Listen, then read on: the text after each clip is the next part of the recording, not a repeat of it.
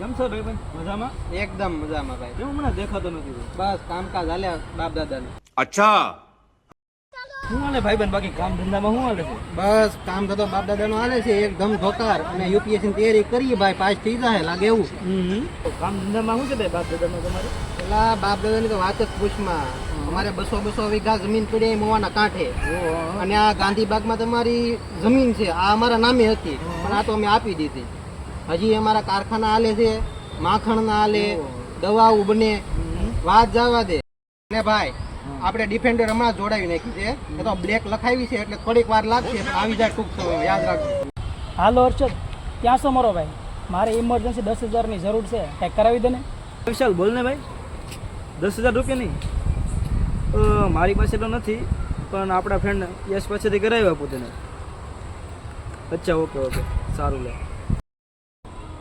યશને phone કરું. હા હર્ષદ, કેટલા? 10,000 ની?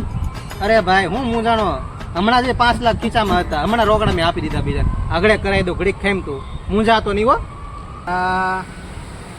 10,000 માંગ્યા છે, એની હું ફાકા વધારે મરાઈ ગયા છે. હવે કરવું હું?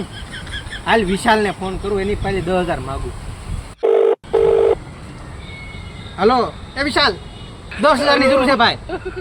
અરે ઇજ્જતનો સવાલ છે, તારે આપવા જ પડશે ગમે એમ કરતું હાલ. અરે એમ નો હાલે, હું તને મારી શિષ્યવૃત્તિમાંથી આપી દે, સરકાર તરફથી મળશે એમાં, પણ તારે 10,000 તો મને કરી જ દેવા પડશે. હા યશ, 10,000 ની જરૂર તારે છે. મારા ખિસ્સામાં રૂપિયો નથી તારે, તો હું બીજા પાસે પૈસા માંગુ. પીલા લે. હલો બાપા, ફાકા મરાતા મરાઈ ગયા, હવે કરશું હું.